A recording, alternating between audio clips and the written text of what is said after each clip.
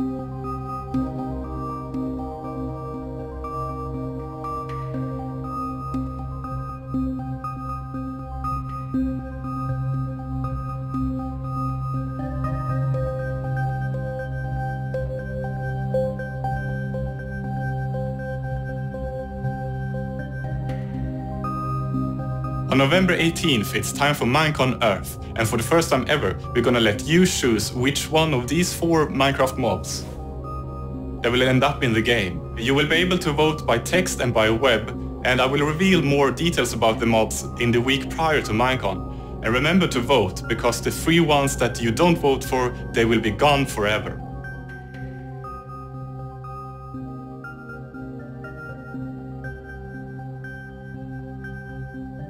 During Minecon Earth, you get to vote for Mob B, the monster of the night skies. This manta ray-like monster is a flying creature that spawns at high altitudes. It is attracted to insomnia and will find players who haven't slept for many days. It will swoop down in groups and bite your flesh. You should vote for Mob B because there are currently no flying monsters in the overworld.